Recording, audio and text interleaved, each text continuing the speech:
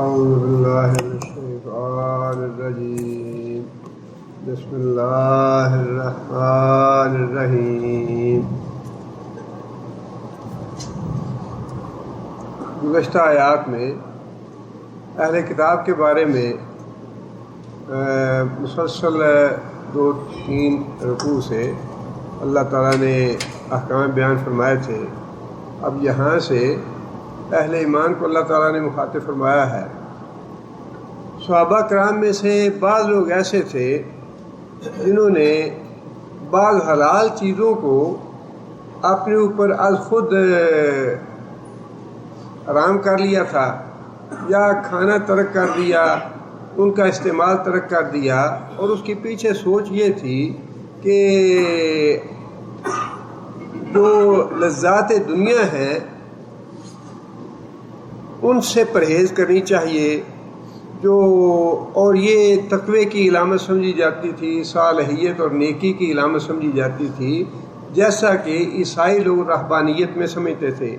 رہبانیت جو ہے عیسائیوں میں تھی، اور وہ دنیا کو ترک اسی غرض سے کرتے تھے کہ جو دنیا کے جھنجٹ ہیں، دنیا کے معاملات ہیں، ان سے بچا جائے، ان سے دور رہا جائے۔ جو لذات نفس کی چیزیں ہیں، اچھے کھانا، اچھا پینا، اچھا رہنا، اچھا سہنا، یہ ساری چیزیں جو ہیں یہ دنیا کی چیزیں ہیں، اور نیک لوگ، متقی لوگ، پرہیزگار لوگ جو ہیں انہیں ان چیزوں سے کوئی غرض نہیں ہونی چاہیے۔ لہٰذا بعض صحابہ کرام جو تھے ان کی سوچ میں بھی اس طرح کی تبدیلی آئی، اور انہوں نے بھی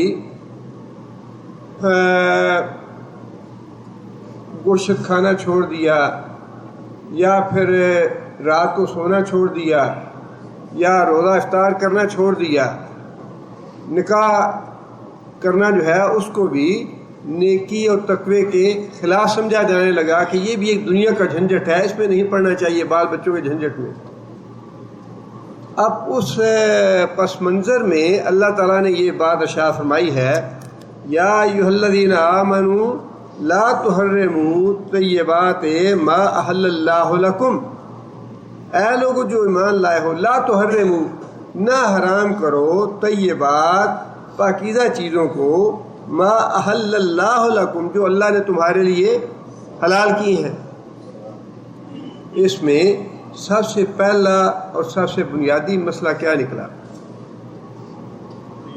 سب سے پہلی اور بنیادی بات اس سے یہ معلوم ہوئی کہ حلال اور حرام کسی چیز کو قرار دینے کا اختیار کس کو ہے؟ اللہ۔ بڑی بنیادی بات، کس چیز میں ثواب ہے، کس میں گناہ ہے، اس کا حق کس کو ہے؟ کون سی چیز جائز ہے، کون سی ناجائز ہے شریعت میں، یہ کون بتائے گا؟ اللہ کے علاوہ کسی کو یہ حق نہیں ہے کہ وہ یہ بتائے اچھا جی اتنی تسبیح کرو تو ثواب ملے گا، درود شریف وہاں پڑھو تو ثواب ملے گا، یا یہ کام اتنی قرآن خوانی کر لو یہ ثواب ملے گا، یا اتنی دفعہ رسم کل کر لو یہ ہوگا، وہ ہوگا۔ یہ چیزیں کسی آدمی کے اختیار نہیں ہے۔ یا ایھا الذین آمنوا، اے لوگو جو ایمان لائے ہو۔ ایمان لانے والوں میں اولیاء اللہ بھی ہیں، علماء بھی ہیں، فضلاء بھی ہیں، محدثین بھی ہیں، ائمہ کرام بھی ہیں، سارے لوگ اہل ایمان میں شامل ہیں، جن کو اللہ نے مخاطب کر کے فرما دیا، وعدے کر دیا کہ یہ حلال و حرام بتانا میرا کام ہے، تمہارا کام نہیں۔ اور چونکہ نبی صلی اللہ علیہ وسلم کا معاملہ تھوڑا سا الگ تھا باقی مسلمانوں سے، اللہ کے نبی تھے، ان کو اللہ تعالیٰ نے الگ سے یہ بات فرما دی، اور باقی لوگوں کو بھی متنبہ فرما دیا۔ جب نبی صلی اللہ علیہ وسلم نے شہد کھانے سے قسم کھائی کہ میں آئندہ شہد نہیں کھاؤں گا، اللہ تعالیٰ نے اس پہ تنبیہ فرمائی نبی صلی اللہ علیہ وسلم کو بھی، یا ایھا النبی لم تحرم ما احل اللہ لک، اے نبی صلی اللہ علیہ وسلم جس چیز کو اللہ نے حلال کیا ہے آپ نے اس کو حرام قرار کیوں دیا ہے؟ چونکہ نبی تھے، اور ساری عمر اگر قسم کھا لی ایک چیز کے قریب نہ جانے کی، حلال کی چیز کے، تو ممکن ہے بعد میں امت یہی سمجھنا شروع کر دے کہ یہ چیز تو ہے ہی حرام. چونکہ اللہ کے نبی تھے اس لیے اس بات کا خدشہ موجود تھا کہ بعد میں امت جو ہے وہ ممکن ہے اس کو ویسے ہی حرام سمجھنا شروع کر دے. اس لیے اللہ کے اپنے نبی کو تو خاص طور پہ الگ سے یہ بات بتا دی یا واضح فرما دی کہ اپنے طور پہ حلال اور حرام قرار دینے کا اختیار ہے نبی تمہیں بھی نہیں ہے. اور یہاں پہ اللہ تعالیٰ نے سارے اہل ایمان کو، اللہ تعالیٰ کو بھی ساری قیامت تک کے معاملات کا پتہ تھا بعد میں لوگوں نے کیسے کیسے کرتوت کرنے ہیں. اور یہی بات نبی صلی اللہ علیہ وسلم نے عدی بن حاتم سے کہی تھی کہ حضرت عدی بن حاتم جو تھے انہوں نے کہا یا رسول اللہ ہم تو اپنے علماء کو اپنے رب نہیں بناتے تھے، ارباب من دون اللہ ہم تو نہیں سمجھتے تھے اپنے علماء کو. تو نبی صلی اللہ علیہ وسلم نے یہ بات ارشاد فرمائی کہ کیا ایسا نہیں ہے کہ جس چیز کو تمہارے علماء حلال کہتے اسے تم بھی حلال سمجھ لیتے، اور جس سے تمہارے علماء حرام کہتے تم بھی اسے حرام کہتے. کہنے لگے ہاں یہ بات تو ہے. تو نبی صلی اللہ علیہ وسلم نے فرمایا کہ یہی تو رب سمجھنا ہے. جس چیز کو اللہ نے حرام قرار دیا ہے اس کو حلال قرار دینا، جس کو اللہ نے حرام قرار دیا ہے یا حلال قرار دیا اسے حرام، یا حرام کو حلال قرار دینا، یہ ہے اللہ کے علاوہ کسی دوسرے کو اپنا رب بنا لینا. اس لیے سب سے بنیادی اور سب سے پہلی بات جو معلوم ہوتی ہے یہاں سے وہ یہ ہے کہ شریعت میں کسی بھی بڑے سے بڑے ولی کو یا بزرگ کو یا کسی عالم کو یا فاضل کو اس بات کا اختیار نہیں ہے کہ وہ کسی امتی کو یہ بتائے کہ اتنی دفعہ یہ پڑھو گے تو یہ ثواب ہے، یا یہ کرو تو یوں ہو جائے گا، یہ پڑھو تو اولاد ہوگی، یہ پڑھو تو رزق ملے گا، یہ پڑھو تو ایسے ہو جائے گا، ایسے ہو جائے گا. یہ بتانا صرف اللہ کے رسول کا کام ہے اللہ تعالیٰ کی ہدایت اور وحی کے مطابق. بڑی بنیادی بات ہے یہ. اس لیے اللہ تعالیٰ نے فرمایا کہ جن چیزوں کو میں نے پاکیزہ چیزوں کو حلال قرار دیا ہے ان چیزوں کو تم اپنے اوپر حرام قرار نہ دو، تمہیں یہ اختیار بھی نہیں ہے. اور دوسری بات یہ ہے کہ جو تصور تمہارا ہے نیکی کا یا تقوی کا یا صالحیت کا وہ تصور درست نہیں ہے. اور رسول اکرم صلی اللہ علیہ وسلم نے بعض مثالیں بھی آئی نبی صلی اللہ علیہ وسلم کے سامنے. ایک خاتون آئی حضرت عائشہ رضی اللہ تعالیٰ عنہا کے پاس اور بڑے سیدھے سادے انداز میں عام سا لباس پہنے ہوئے، نئی نئی شادی ہوئی. تو حضرت عائشہ کو تعجب ہوا کہ تمہاری تو بھی نئی نئی شادی ہے تو تم نے ایسے کپڑے وپڑے پہنے ہوئے ہیں، کچھ اپنے آپ کو بنا سنوارا نہیں ہے. تو وہ کہنے لگی کہ ہمارے میاں صاحب جو ہیں انہیں دنیا داری کی چیزوں سے کوئی غرض نہیں ہے، وہ تو بڑے اللہ والے ہیں.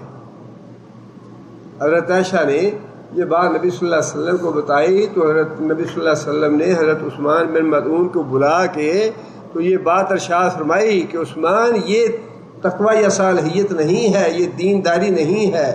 تمہاری جان کا بھی تمہارے اوپر حق ہے، تمہارے مہمان کا بھی تمہارے اوپر حق ہے، اور تمہارے بچوں کا بھی حق ہے تمہارے اوپر، تمہاری بیوی کا بھی حق ہے، وہ حق بھی ادا کرو. یہ سارے حق ادا کرنے ہیں، یہ ساری امانتیں ہیں، یہ امانت، اس امانت میں خیانت نہیں کرنی، دیانتداری سے کام لینا ہے اور یہ سارے حقوق ادا کرنے ہیں.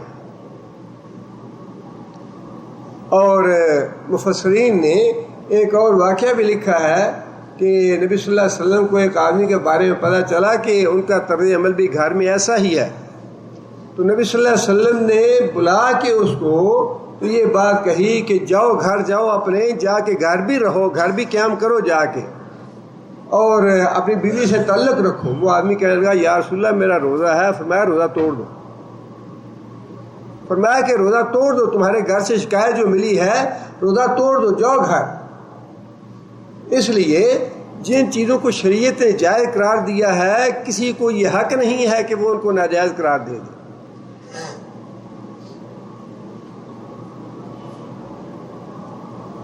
اور پھر آگے یہ بات ارشاد فرمائی، یہی معاملہ وہ 3 صحابہ کرام کا تھا جنہوں نے آج خود بعض چیزیں اپنے اوپر ممنوع کر لی تھیں، اور اس کے پیچھے بھی بات یہی تھی کہ محمد صلی اللہ علیہ وسلم جو ہیں وہ تو اللہ تعالیٰ کے نبی ہیں، اللہ کے محبوب ہیں، اللہ کے پیارے ہیں، ہم ان کے درجے کو کہاں پہنچ سکتے ہیں؟ ہمیں تو ان سے کہیں بڑھ کے عبادت کریں۔ یہ شیطان کا بہت بڑا چکمہ ہے، بہت بڑا دھوکہ اور فریب ہے کہ ہمیں تو ان سے بڑھ کے عبادت کرنی چاہیے۔ اور انہوں نے یہ عہد کیا کہ میں ساری رات سوؤں گا نہیں، ساری رات نماز پڑھتا رہوں گا۔ اور پھر دوسرے نے یہ عہد کیا کہ میں ساری زندگی نکاح نہیں کروں گا اور اس دنیا کے جھنجٹ میں نہیں پڑوں گا۔ تیسرے نے عہد کیا کہ میں ساری زندگی روزے رکھتا رہوں گا اور افطار نہیں کروں گا، چھوڑوں گا نہیں روزہ۔ نبی صلی اللہ علیہ وسلم اس بات پہ بھی ناراض ہوئے، فرمایا کہ میرا جو طریقہ ہے اس طریقے کو جو چھوڑ کے دوسرا طریقہ اختیار کرے گا وہ کبھی کامیاب نہیں ہوگا۔ میں تم سب سے زیادہ اللہ سے ڈرنے والا ہوں، میں روزے رکھتا بھی ہوں، چھوڑتا بھی ہوں، رات کو جاگتا بھی ہوں، رات کو سوتا بھی ہوں، اور میں نے نکاح بھی کیے ہیں، میرے بیوی بچے بھی ہیں، دنیا کے معاملات جو ہیں وہ بھی میں کرتا ہوں، اور یہ مطلوب نہیں ہے۔ نبی صلی اللہ علیہ وسلم فرمایا کہ اگر میں تمہیں وہ چیزیں بتا دوں جو میں دیکھتا ہوں یا جو مجھے معلوم ہے تو تم لوگ اپنے گھر بار کو چھوڑ کے جنگلوں میں چلے جاؤ، اپنے بیوی بچوں کو چھوڑ کے جنگلوں میں چلے جاؤ، ہنسنا چھوڑ دو، تمہاری یہ جو زندگی ہے معمول کی یہ بالکل درہم برہم ہو جائے۔ لیکن یہ چونکہ مطلوب نہیں تھا اس لیے اللہ کے رسول نے وہ باتیں بتائی بھی نہیں۔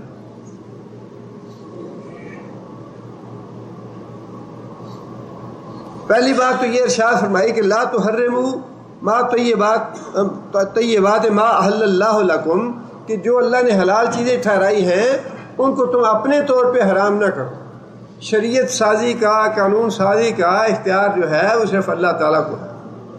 اور دوسری بات یہ ارشاد فرمائی ولا تعتدوا، لا تعتدوا، اس سے پچھلی آیت میں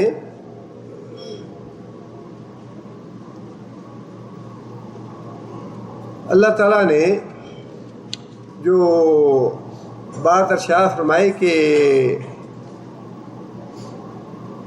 یہودیوں پہ ہم نے لعنت کی تھی، اس کا سبب کیا تھا؟ اس کا ایک سبب یہ تھا کہ انہوں نے اپنے رسول کی نافرمانی کی، اور دوسرا سبب کیا تھا؟ لا تغلو فی دینکم، دین میں غلو نہ کرو۔ اور اس کے لیے کون سا لفظ استعمال ہوا؟ بما عصوا وکانوا یعتدون، بالکل یہی لفظ وہاں بھی استعمال ہوا ہے۔ یعتدون ہے کسی معاملے میں حد سے انسان تجاوز کر جائے، حد کو پھلانگ دے، اور یہاں بھی اللہ تعالیٰ نے یہ بات ارشاد فرمائی لا تعتدوا، جو اللہ نے حدیں قائم کی ہیں حلال حرام کی اس سے تجاوز نہ کرو، اس سے تجاوز نہ کرو۔ مطلب یہ ہے کہ ایک تو یہ چیز کہ کسی حلال کو حرام کرنا، حرام کو حلال کرنا، یہ بھی تجاوز ہی ہے، لیکن اس کے بعد یہ بات ارشاد فرمانا کہ اس معاملے میں بھی تجھے تجاوز سے کام نہیں لینا چاہیے، غلو سے کام نہیں لینا چاہیے۔ اس کے کئی مفہوم ہیں۔ ایک تو حد سے تجاوز یہ بھی ہے کہ چیز تو حلال ہے، آپ اس کو استعمال بھی کرتے ہیں، لیکن استعمال میں آپ اسراف کرتے ہیں، استعمال میں اسراف کرتے ہیں، اس کو ضائع کرتے ہیں، کھانا بہت زیادہ پکا لیا یا چیزیں بہت زیادہ خرید لیں، کپڑے بہت زیادہ خرید لیے، جوتے بہت زیادہ خرید لیے، پڑے پڑے ضائع ہو گیا، خراب ہو گیا، اٹھا کے پھینک دیے۔ بہت زیادہ پھل فروٹ لے لیا، پڑا رہا، کام نہیں آیا، پھینک دیا اس کو۔ یہ اسراف جو ہے یہ بھی تعتدوا ہے کہ اسراف نہ کرو، یہ بھی حد سے تجاوز کرنا ہے۔ دوسرا حد سے تجاوز کرنا یہ ہے جو کہ ہمارے ہاں صوفیاء کے طبقے میں عام ہے۔ صوفیاء کے جو نقطہ نظر ہے یا جو ان کی طریقت کے اسلوب ہے، سلوک ہے، ان میں 3 باتوں کو بنیادی حیثیت حاصل ہے۔ ایک تو قلت طعام، قلت کلام اور قلت نوم۔ وہ کہتے ہیں یہ 3 چیزیں جو ہیں نا، یہ انسان کو صوفی بننے کے لیے یا سلوک کا راستہ اختیار کرنے کے لیے اس پہ عمل کرنا چاہیے۔ جہاں تک قلت کلام کا تعلق ہے، اگر تو معاملہ ہو دنیا داری کا تو قلت کلام اچھی بات ہے۔ من ساکتا نجا یا من سمتا نجا، جس آدمی نے خاموشی اختیار کی وہ کامیاب ہوا۔ لیکن دین کے معاملے میں قلت کلام درست نہیں ہے۔ جہاں مسئلے کی بات ہو، دین کی بات ہو، وہاں کلام کرنے کا حکم ہے۔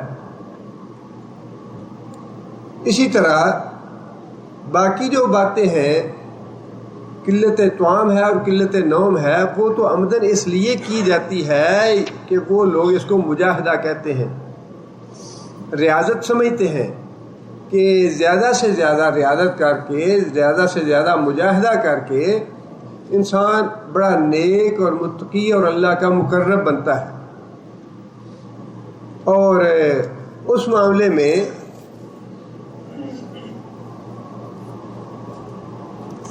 جو باتیں بنائی ہوئی ہیں، ہم تو یہی سمجھتے ہیں، اس لیے کہ وہ جو کرامات سمجھتے ہیں یا قصص الاولیاء یا حدیقت الاولیاء، ریاض الاولیاء یا اس طرح کی کتابوں میں جو واقعات انہوں نے لکھے ہیں، وہ شریعت کے لا تعتدوا کے حکم کے بالکل مخالف ہیں۔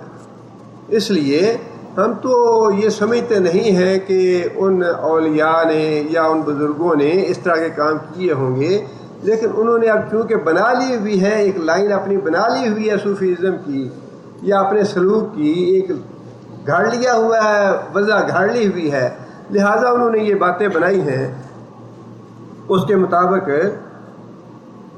شیخ عبد القادر جیلانی رحمۃ اللہ علیہ سے یہ بات منسوب کی گئی ہے کہ شیخ عبد القادر جیلانی رحمۃ اللہ فرماتے ہیں کہ میں نے اپنی زندگی کا ایک طویل عرصہ جو ہے شہر سے باہر ویرانے میں گزارا ہے، اور پھر 25 سال جو ہیں وہ جنگل میں گزارے ہیں، اور ان 25 سالوں میں 1 سال جو ہے وہ تو میں گھاس اور ساگ اور جو چیزیں لوگ باہر پھینک دیتے تھے انہیں کھا کے گزارا کیا ہے، اور پھر اس کے بعد 1 سال تک یہ چیزیں میں کھاتا بھی رہا ہوں، ساتھ پانی بھی پیتا رہا ہوں۔ اس کے بعد 1 سال میں نے صرف پانی پیا ہے، کچھ نہیں کھایا پیا، اور اس کے بعد 1 سال نہ میں نے کھانا کھایا، نہ پانی پیا، نہ میں سویا۔ یہ شیخ عبد القادر جیلانی رحمۃ اللہ علیہ کے نام منسوب کی گئی ہے، کرامت الاولیاء، کرامات الاولیاء کتاب کا نام ہے، جس میں شیخ عبد القادر جیلانی کے نام یہ بات منسوب ہے کہ انہوں نے خود یہ بات کہی، اور اس چیز کو یعنی کھانا پینا، روٹی کے بجائے گھاس کھانا یا درختوں کے پتے کھانے یا کھانا پینا چھوڑ دینا یا سال بھر اپنے گھر سے باہر گزارنا یا 25 سال جو ہے وہ میں نے جنگل میں گزار دیے، واللہ عالم اگر اس سارے عرصے کا حساب لگایا جائے تو شیخ صاحب کی اتنی عمر بنتی ہے یا نہیں بنتی، لیکن جو باتیں ان سے منسوب کی گئی ہیں وہ یہ سمجھتے ہیں کہ ریاضت اور مجاہدہ ہے یہ۔ اسی طرح ایک اور صوفی ہیں عثمان ہارونی، بڑے معروف ہیں، انہوں نے یہ کہا کہ میں نے 70 سال تک مجاہدہ کیا ہے جنگل میں رہ کے، اور مجاہدہ یہ ہے کہ میں صرف 7ویں روز پانی پیتا تھا، 7ویں روز سے پہلے میں پانی نہیں پیتا تھا۔ اسی طرح ایک اور صاحب ہیں وہ خواجہ محمد چشتی، ان کے بارے میں یہ لکھا ہے ریاضت کا طریقہ اور مجاہدے کا طریقہ کہ وہ ریاضت و مجاہد اس طرح کرتے تھے کہ اپنے گھر میں انہوں نے کنواں کھدوایا ہوا تھا اور اس کنویں میں الٹے لٹک کے وہ عبادت کرتے تھے۔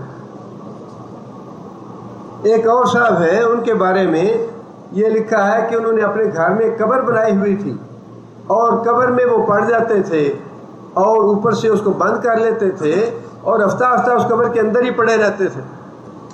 اب یہ جو ریاضت کی یا مجاہدے کی یا صوفیزم کی عبادت کے طریقے ہیں، یا کھانا پینا ترک کر دینا، دنیا کے معاملات سے الگ تھلگ ہو جانا، اور دنیا کے جو اللہ تعالیٰ نے حلال چیزیں ٹھہرائی ہیں ان کو اپنے اوپر حرام کر لینا، یہ دین نہیں ہے، یہ اسلام نہیں ہے۔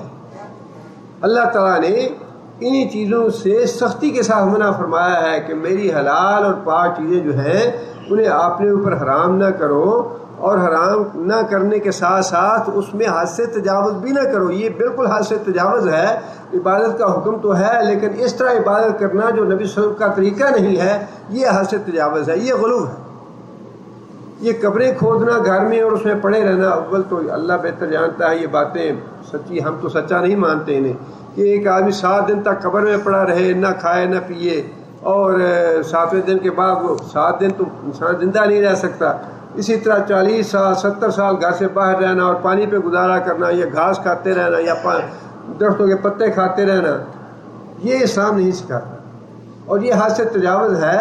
اور یہ جتنی بھی باتیں منسوخ کی گئی ہیں، جن بزرگوں سے منسوخ کی گئی ہیں، یہ ہم نہیں سمجھتے کہ بزرگوں نے واقعی ایسا کہا ہوگا یا کیا ہوگا۔ یہ بالکل اسلام کی جو تعلیمات ہے، رسول اللہ صلی اللہ علیہ وسلم کی تعلیمات ہے، اس کے بالکل برعکس ہے۔ آگے یہ فرمایا کہ ان اللہ لا یحب المعتدین، اللہ تعالیٰ حد سے تجاوز کرنے والوں کو، غلو کرنے والوں کو پسند نہیں فرماتے۔ وَكُلُوا مِمَّا رَزَقَكُمُ اللَّهُ حَلَالًا طَيِّبًا، اور کھاؤ اس چیز سے جو اللہ نے تم کو دیا، حلال اور پاکیزہ۔ حلال بھی ہونا چاہیے اور پاک بھی ہونا چاہیے، صاف ستھرا بھی ہونا چاہیے، لیکن ساتھ اس کو حلال بھی ہونا چاہیے۔ یہ ضروری نہیں ہے کہ صاف ستھری ہر چیز جو ہے وہ پاک بھی ہو، حلال بھی ہو۔ بڑی خوبصورت چیزیں، بڑی پاک اور صاف چیزیں بظاہر نظر آنے والی حرام ہیں، وہ کھانے کی اجازت نہیں ہے، لیکن بعض چیزیں یہ واضح میں رکھیے کہ جن چیزوں کو اللہ تعالیٰ نے حلال یا حرام ٹھہرایا ہے وہ ہماری صحت کے اعتبار سے حلال حرام نہیں ٹھہرایا۔ طبی نقطہ اسلام کا طبی نقطہ نظر جو ہے وہ پیش نظر نہیں ہے کہ لوگوں کی صحت نہ ایسے خراب ہو جائے یا صحت اچھی رہے، یہ چیز پیش نظر نہیں ہے شریعت کے نزدیک انسان کی جو روحانی تزکیہ اور روحانی تربیت ہے وہ اہم ہے۔ جسمانی تربیت اور تزکیہ جو ہے وہ بعد کی بات ہے، لیکن جو مقدم چیز ہے جس کو شریعت نے سامنے رکھ کے حلال حرام مرتب کیے ہیں، حکم دیا ہے، وہ ہے انسان کی روحانی تزکیہ اور روحانی تربیت۔ جس سے انسان کی روح بیمار ہوتی ہو اس کو اللہ نے حرام قرار دیا، جس سے انسان کی روح جو ہے وہ قوی ہوتی ہو اس کو شریعت نے حلال قرار دیا۔ آگے اللہ فرماتے ہیں وَاتَّقُوا اللَّهَ الَّذِي أَنْتُمْ بِهِ مُؤْمِنُونَ، اور ڈرتے رہو اللہ سے جس پہ تم ایمان لائے ہو۔ ان چیزوں میں جو بنیادی بات ہے وہ اللہ کا ڈر ہی ہے۔ اللہ کا ڈر جو ہے یہی ہے کہ حلال حرام کو اپنے طور پہ کوئی حلال حرام قرار نہ دے، اور پھر جو اللہ نے حلال اور حرام قرار دیے ہیں ان سے انسان صرف نظر نہ کرے۔ جو چیزیں شریعت نے جائز قرار دی ہیں، رسول اللہ صلی اللہ علیہ وسلم نے ایک آدمی کو دیکھا گرمی میں، لوگ اس کے اوپر جھکے ہوئے ہیں۔ نبی صلی اللہ علیہ وسلم نے پوچھا کہ یہ کیا ہے، کون ہے؟ لوگوں نے بتایا یا رسول اللہ روزہ دار ہے، گرمی کی وجہ سے یہ روزے کی شدت اور سختی محسوس کر رہا ہے۔ فرمایا کہ اللہ کو ایسا روزہ نہیں چاہیے، روزہ توڑ دے۔ جب ایک آدمی کی برداشت سے معاملہ باہر ہو رہا ہے تو شریعت اس کو اجازت دیتی ہے اپنے آپ پہ سختی نہ کرے۔ اسی طرح ایک اور آدمی تھا جس کو دونوں کندھوں سے، ایک آدمی اس طرف ہے ایک آدمی اس طرف ہے، اٹھا کے تو چلا کے لا رہے تھے حرم شریف کی طرف۔ فرمایا کہ یہ کیوں ایسا ہو رہا ہے؟ لوگوں نے بتایا یا رسول اللہ اس سے پیدل چل کے حج کرنے کی منت مانی ہے، نظر مانی ہے۔ فرمایا اللہ کو اس کی ضرورت نہیں ہے، اپنے آپ پہ سختی نہ کرے، اپنے آپ پہ مشقت میں نہ پڑے اللہ کے لیے۔ جو شریعت نے سہولت رکھی ہے انسانوں کے لیے۔ نبی صلی اللہ علیہ وسلم ایک گھر میں گئے، وہاں دیکھا کہ چھت کے ساتھ رسی لٹک رہی ہے۔ گھر والوں سے پوچھا کہ یہ رسی کیوں لٹک رہی ہے؟ خاتون نے بتایا یا رسول اللہ جب مجھے نیند آنے لگتی ہے تو میں اپنے بال سے باندھ لیتی ہوں تاکہ بیٹھ کے ذکر کرتی رہوں یا نماز میں پڑھتی رہوں۔ فرمایا اتار دو اس کو۔ شریعت جو ہے وہ سختی نہیں کرنا چاہتی، شریعت جو ہے وہ سہولت دیتی ہے۔ فرمایا کہ قرآن مجید اس وقت تک پڑھتے رہو جب تک تمہاری طبیعت جو ہے وہ مانوس رہے قرآن سے، جب تم خوش دلی سے پڑھتے رہو، اور جب طبیعت اکتا جائے چھوڑ دو اس کو۔ شریعت کا طریقہ جو ہے وہ بالکل اعتدال کا طریقہ ہے۔ خیر الامور اوسطھا، اس میں نہ افراط ہے نہ تفریط ہے، نہ کمی ہے نہ بیش۔ سنت کا طریقہ جو ہے وہ اتنا سہل ہے، اتنا آرام دہ ہے۔ حضرت عائشہ فرماتی ہے کہ جب نبی صلی اللہ علیہ وسلم کو دو جائز کام کرنے کے لیے کسی کا ایک کا اختیار دیا جاتا تو دونوں میں سے جو سہل اور آسان ہوتا نبی صلی اللہ علیہ وسلم وہ منتخب کرتے۔ دو جائز کام ہوں ان میں سے جو سہل اور آسان ہوتا نبی صلی اللہ علیہ وسلم وہ اختیار فرماتے۔ اس لیے فرمایا کہ اس معاملے میں اللہ سے ڈرتے رہو، جس چیز کی شریعت نے اجازت دی ہے اسے کھلے دل سے حاصل کرو۔ اور پھر نبی صلی اللہ علیہ وسلم نے یہ بات بھی ارشاد فرمائی ہے کہ جو شریعت کی سہولتیں ہیں نا وہ اللہ کا انعام ہے، اللہ کا ہدیہ ہے، اللہ کی رحمت ہے، اسے قبول کرو۔ اسے قبول کرتے ہوئے دل میں تنگی محسوس نہیں ہونی چاہیے، جان بوجھ کے اپنے اوپر مشقت نہیں لینی چاہیے، جان بوجھ کے اپنے آپ کو مصیبت میں نہیں ڈالنا چاہیے۔ جو شریعت نے سہولتیں دیے ہیں، آرام دیے ہیں، جن چیزوں کو استعمال کرنے کی اجازت دی ہے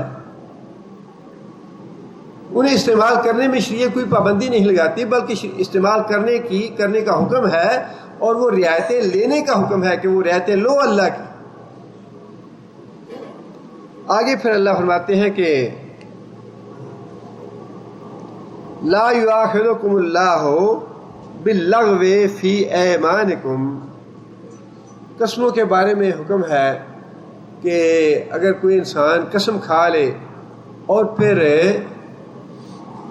انسان محسوس کرے جو قسم کھائی تھی وہ اچھا کام نہیں ہے یا وہ تو جائز نہیں تھا اور مجھے یہ توڑ دینی چاہیے، یا اس کے مقابلے میں سہل طریقہ بھی موجود ہے، مجھے وہ سہل طریقہ قبول کر لینا چاہیے، اب وہ اپنی قسم توڑنا چاہتا ہے تو وہ کیا کرے؟ پہلی بات تو اس سلسلے میں یہ ارشاد فرمائی کہ جو قسمیں انسان کھاتے ہیں نا غیر ارادی طور پہ، واللہ واللہ باللہ تاللہ، ایسی جو قسمیں ہیں، فرمایا کہ یہ ہیں لغو قسمیں، اور ان قسموں پہ اللہ جو ہے وہ مواخذہ نہیں فرماتے اپنے فضل کی وجہ سے، اپنی رحمت کی وجہ سے۔ وَيَعْفُو عَنْ كَثِيرٍ، تمہاری بڑی غلط باتوں سے اللہ تعالیٰ ویسے ہی درگزر فرماتے رہتے ہیں، تمہاری غلط باتوں سے اللہ تعالیٰ معاف کرتے رہتے ہیں مسلسل تمہیں۔ لہذا فرمایا کہ لا یؤاخذکم اللہ تعالیٰ تمہیں نہیں پکڑتے، تمہارا مواخذہ نہیں کرتے باللغو فی ایمانکم، تمہاری ان قسموں کے معاملے میں جو بے معنی ہیں، جو لغو قسمیں ہیں۔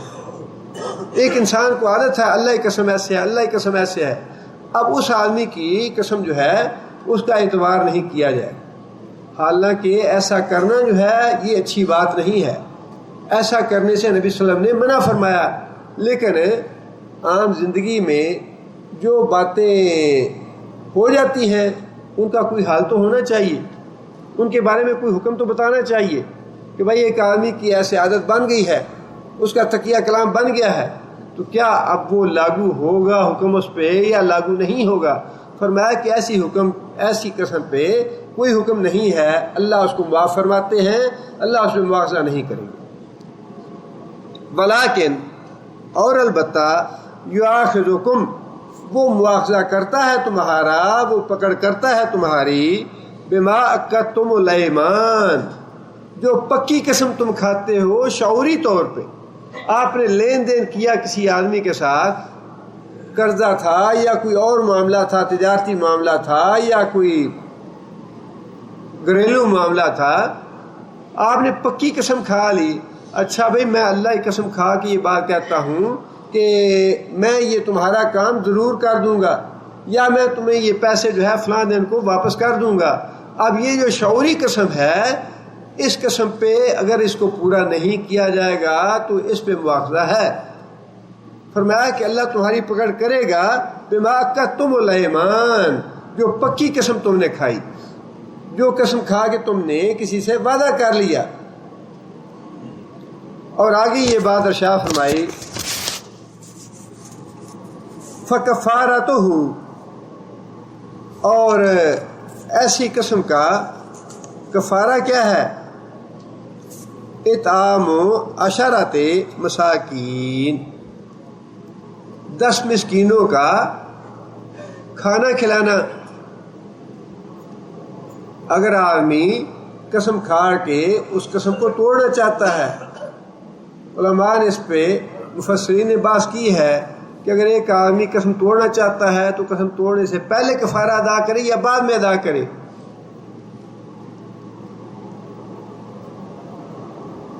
اس کا جواب یہ ہے کہ انسان جب قسم توڑ چکے تو توڑنے کے بعد ہی کفارہ ادا کرنا چاہیے۔ اسی طرح مسکینوں کو کھانا کھلانے کے معاملے میں بھی یہ فقہی قسم کے اختلافات ہیں، اور اس میں ائمہ کی اپنی اپنی رائے ہوتی ہے، اور اس میں کسی قسم کی سختی نہیں ہے، قطعیت نہیں ہے۔ ایک اپنے ذہن کی سوچ ہوتی ہے، ایک آدمی کی سوچ اس طرف ہو گئی، دوسرے آدمی کی سوچ اس طرف ہو گئی۔ امام احمد کے نزدیک اور امام ابو حنیفہ رحمۃ اللہ علیہ کے نزدیک یہ کھانا جو ہے یہ 2 وقت کا کھلایا جائے گا۔ کھانا جو ہے 10 مسکینوں کا 2 وقت کا کھلایا جائے گا، لیکن جو باقی ائمہ ہیں ان کے نزدیک یہ 1 وقت کا 10 مسکینوں کو کھانا کھلایا جائے گا۔ اب بعض ائمہ نے یہ رخصت بھی دی ہے کہ 10 مسکینوں کا کھانا جو ہے یوں بھی کھلایا جا سکتا ہے کہ 2 مسکین ہیں ان کو 5 دفعہ کھلا دیا جائے، 5 مسکین ہے 2 دفعہ کھلا دیا جائے، 1 مسکین ہے اس کو 10 دفعہ کھلا دیا جائے، یا 10 کھانوں کا اس کو معاوضہ دے دیا جائے۔ اب یہ ساری صورتیں مختلف ہیں جن میں ائمہ کے تو آپس میں اختلاف ہوتے ہیں، لیکن سیدھی سی بات یہی ہے کہ انسان اپنی سہولت کے لیے جو قرآن مجید کے ظاہری الفاظ ہیں ان پہ عمل کر لے تو انشاءاللہ انسان بری ذمہ ہے۔ ظاہری الفاظ یہی ہیں، 10 مسکینوں کو کھانا کھلانا ہے، بہتر یہی ہے کہ انسان 10 مسکینوں کو 1 وقت کا کھانا کھلا دے تو وہ بری ہو جائے گا انشاءاللہ۔ آگے فرمایا کہ من اوسط ما تطعمون، یہ بھی وضاحت فرما دی کہ وہ کھانا کس درجے کا ہونا چاہیے۔ انسان کی جتنی توفیق ہے اس سے زیادہ کا اللہ بوجھ نہیں ڈالتے۔ لا یکلف اللہ نفسا الا وسعها، جتنی تمہاری اپنی استطاعت ہے، جیسا کھانا تم اپنے گھر میں خود کھاتے ہو ویسا ہی کھانا تم اس 10 مسکینوں کو کھلا دو۔ ما تطعمون اہلیکم، جیسا کھانا تم اپنے گھر میں اپنے بال بچوں کو کھلاتے ہو ویسا کھانا 10 مسکینوں کو کھلا دو۔ اور کسوتہم، یا پھر ان 10 مسکینوں کو کپڑے مہیا کر دو۔ اب اس کا انحصار بھی انسان کی اپنی استطاعت پہ ہے، جیسے انسان اپنے کپڑے بناتا ہے ویسے ہی کپڑے بنا دے اس کو۔ اور چونکہ ظاہری الفاظ یہی ہے کپڑے بنا دو، لہذا انسان شلوار پجامہ بنا دے، قمیض شلوار بنا دے وہ بھی کافی ہے۔ اور اگر کوئی ساتھ ٹوپی لے کے دیتا ہے، چادر لے کے دیتا ہے، یا کوئی اور اس میں اضافہ کرتا ہے تو وہ اس کے لیے مزید ثواب کی بات ہے۔ لیکن جو ظاہری الفاظ ہیں اس کو کپڑے بنا دو، شلوار قمیض بنا دے انسان تو وہ اس کو کفایت کرے گا انشاءاللہ۔ اور تحریر رقبۃ، یا ایک غلام کو آزاد کرو۔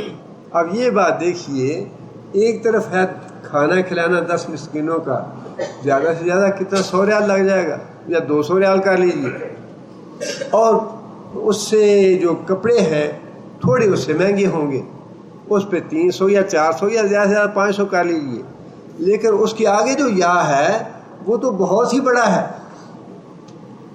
اس کا تو اس سے کوئی تعلق ہی نہیں بنتا، کوئی نسبت ہی نہیں بنتی۔ پہلے 2 کام جو ہیں وہ 200 ریال میں یا 300 ریال میں یا 400 ریال میں ہو رہے ہیں، اور یہ جو ہے یہ تو 1,00,000 ریال میں ہوگا۔ یہ اس کی حکمت یہ ہے یا اس کی وجہ یہ ہے کہ اسلام جو ہے وہ چونکہ غلامی کو ختم کرنا چاہتا تھا، اور غلامی ناپسندیدہ چیز تھی، لیکن یہ معاملہ ایسا تھا کہ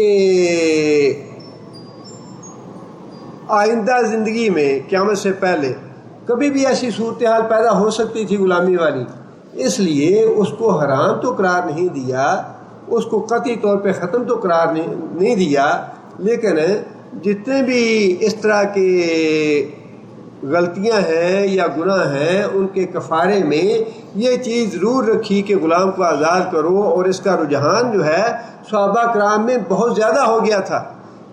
ایک صحابی جو ہے انہوں نے اپنی زندگی میں 100 500 1000 تک غلام آزاد کیے، صرف اسی وجہ سے کہ بہت زیادہ رغبت دلائی شریعت نے، چھوٹی سی بات ہے، اچھا بھی غلام آزاد کر دو، اس پہ زیادتی ہو گئی، اس کا کیا کفارہ ہے بھائی اس کو آزاد کر دو، چھوٹی چھوٹی بات پہ رغبت دلائی اس بات کی کہ غلاموں کو آزاد کرو، حالانکہ قسم کھانا اتنا بڑا گناہ نہیں ہے کہ اس پہ غلام آزاد کیا جائے، لیکن چونکہ شریعت جو ہے وہ غلامی کی حوصلہ شکنی کرنا چاہتی تھی اور جہاں تک ہو سکے اس کو ختم کرنا چاہتی تھی، لہٰذا بار بار ہر چھوٹی بڑی بات پہ یہ بھی ساتھ ملا دیا کہ اگر انسان استطاعت رکھتا ہے تو یہ کام کر لے، اگر یہ کام نہیں کر سکتا تو پھر جیسا بھی کر سکتا ہے، اگر 10 مسکینوں کو کھانا کھلا سکتا ہے وہ کر لے، اگر اس سے بھی زیادہ توفیق ہے تو 10 مسکینوں کو یا 10 آدمیوں کو کپڑا پہنا دے۔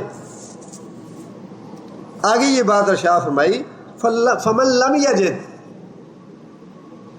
یجد، یہ تینوں چیزیں ایسی ہیں جس پہ پیسہ خرچ ہوتا ہے، کھانا کھلانے پہ بھی پیسہ خرچ ہوتا ہے، کپڑا لے کے دینے میں بھی پیسہ خرچ ہوتا ہے، غلام آزاد کرنے میں بھی پیسہ خرچ ہوتا ہے۔ اب ایک آدمی ایسا ہے جس کے پاس مالی استطاعت بالکل نہیں ہے، نہ کھانا کھلا سکتا ہے نہ کپڑا پہنا سکتا ہے، اور یہ آج کی بات نہیں ہے، رسول اللہ صلی اللہ علیہ وسلم کے زمانے کی بات ہے کہ ماں نے بیٹے کو ناراض ہوئی کہ تم مسجد میں جاتے کیوں نہیں نماز پڑھنے کے لیے، گھر کیوں بیٹھے ہو؟ ساس تھی اس کی اور داماد تھا، داماد کو ناراض ہوئی، بار بار ناراض ہوئی، تو وہ کہنے لگا کہ امی بات یہ ہے، میرے پاس چادر تھی ایک جو میں نے استعمال کر رہا تھا، اپنے اوپر لے رہا تھا، وہ کسی ضرورت کے لیے نبی صلی اللہ علیہ وسلم نے مانگی ہے مجھ سے، اب میرے پاس کوئی چیز نہیں ہے جو میں لے کے گھر جاؤں۔ ان حالات کو پیش نظر رکھنا چاہیے جن میں یہ احکام نازل ہوئے۔ آج کی بات نہیں، آج تو کوئی بھی ایسا آدمی نہیں ہوگا جو 10 آدمیوں کو کھانا نہیں کھلا سکے، لیکن چونکہ حالات تو ایک جیسے نہیں ہوتے، لہٰذا راستہ بتا دیا کہ اگر ایک آدمی کھانا بھی نہیں کھلا سکتا، اتنا پیسہ بھی نہیں ہے، کپڑا پہنانے کا پیسہ بھی نہیں ہے، غلام آزاد بھی نہیں کر سکتا، فمن لم یجد، جو کوئی بھی یہ کام نہ کر سکے، فصیام 3 ایام، وہ 3 دن کے روزے رکھ لے۔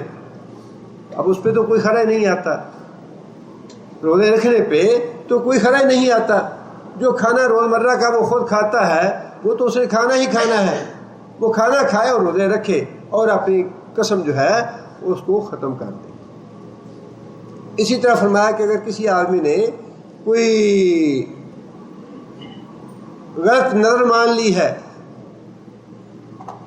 یا کسی غلط بات کی قسم کھا لی ہے یا کسی ایسی بات کی قسم کھا لی ہے جو اس کی استطاعت میں نہیں ہے، اس کو کو توڑ دے اور اس کا کفارہ ادا کر دے۔ ذالکا کفارۃ ایمانکم، یہ کفارہ ہے تمہاری قسموں کا۔ اذا حلفتم، جب تم شعوری طور پہ قسم اٹھاؤ، جب تم نے پکی قسم اٹھائی اور وہ قسم اب تو پوری نہیں کر سکتے، اس قسم کو ختم کر دو اور اس کا کفارہ ادا کرو۔ واحفظوا ایمانکم، لیکن ساتھ یہ بات ارشاد فرمائی واحفظوا، حفاظت کرو اپنی قسموں کی، اپنی قسموں کی حفاظت کرو، کھیل نہ بناؤ ان کو، اس غرض سے نہ قسم اٹھاؤ کہ بعد میں توڑ دوں گا۔ توڑنے کی رعایت ہے، گنجائش ہے، لیکن اس کو کھیل نہ بنایا جائے۔ واحفظوا، حفاظت کرو اپنی قسم کی۔ کیا مطلب ہے اس کا؟ مطلب اس کا کہ کوشش کرو کہ اپنی قسم پوری ہو جائے، جس بات پہ قسم کھائی تھی کوشش یہی کرو کہ وہ پوری ہو جائے۔ اگر پوری ہونے کا بالکل کوئی امکان نہیں اور تمہاری استطاعت سے باہر ہے تو تب کفارہ ادا کرو اس کا۔ اور واحفظوا میں یہ بات بھی شامل ہے بلا وجہ قسم نہ کھائی جائے، اپنی قسم جو ہے سنبھال کے رکھو، اپنی قسم کو حفاظت سے رکھو اپنے پاس، بلا وجہ قسم بلا سوچے سمجھے ایسی قسم کھاؤ ہی نہ جو بعد میں توڑنی پڑے۔ اگر قسم کھا لو تو پھر اس کی حفاظت اس طرح کرو کہ پوری کرنے کی کوشش کرو، وہ اگر پوری نہ کر سکو تو تب اس کا کفارہ ادا کرو۔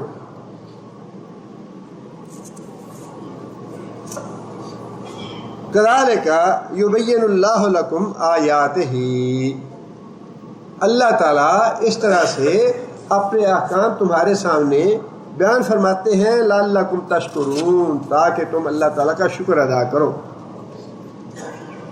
اللہ تعالیٰ نے چھوٹے چھوٹے معاملات جو انسانوں کو پیش آ سکتے تھے وہ سارے قرآن مجید میں بتا دیے، یا پھر رسول اللہ صلی اللہ علیہ وسلم نے احادیث میں ان کی وضاحت کر دی۔ زندگی کا کوئی مسئلہ ایسا نہیں ہے جو چھوڑا ہو۔ اسی لیے فرمایا کہ تمہارا دین جو ہے اکملت لکم دینکم، تمہارا دین میں نے مکمل کر دیا ہے، اس میں اب نہ کسی اضافے کی ضرورت ہے نہ کسی کمی کی ضرورت ہے، مکمل ہے یہ دین۔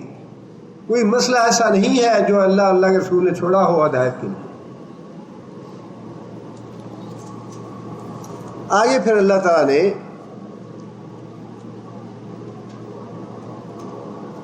یہ بات ارشاد فرمائی، کیونکہ حلال حرام کے احکام دیے اللہ تعالیٰ نے پہلے کہ جو حلال چیزیں ہیں ان کو حرام نہ کرو، اس لیے اسی حوالے سے جو چیزیں حرام تھیں ان کی بھی وضاحت فرمائی، جن کا تذکرہ اس سے پہلے بھی ہو چکا ہے۔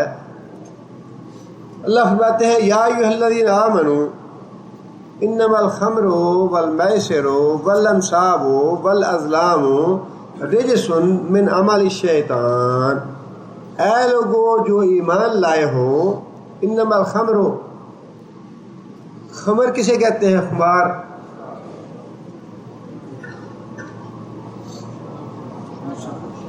جی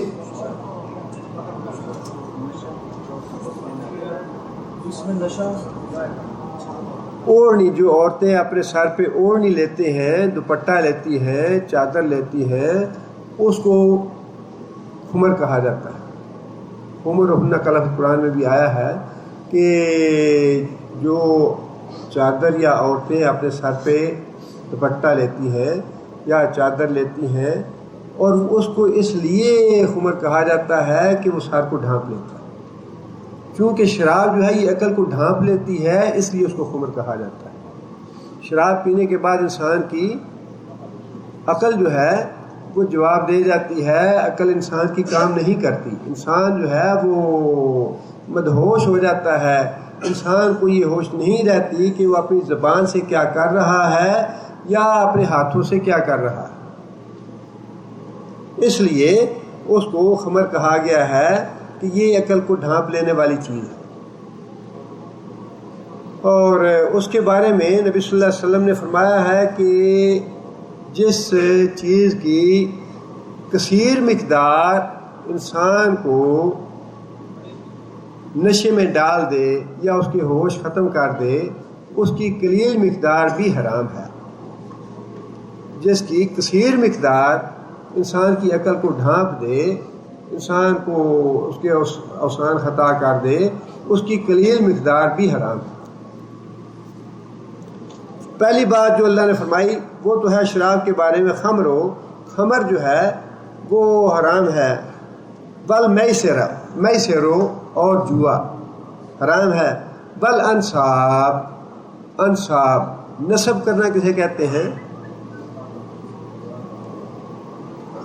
کوئی چیز گاڑنا، جہاں پہ کوئی مورتی، کوئی دیوتا، کوئی بت گاڑا گیا ہو، یا پھر اس کے بعد جیسا کہ آج کل ہم دیکھ رہے ہیں کہ وہی کام جو بتوں کے آستانوں پہ ہوتا تھا یا جو دیوتوں کے آستانوں پہ ہوتا تھا وہ مزاروں پہ، خانقاہوں پہ، قبروں پہ ہو رہا ہے، لہٰذا یہ ساری چیزیں جو ہیں یہ انصاب میں شامل ہیں۔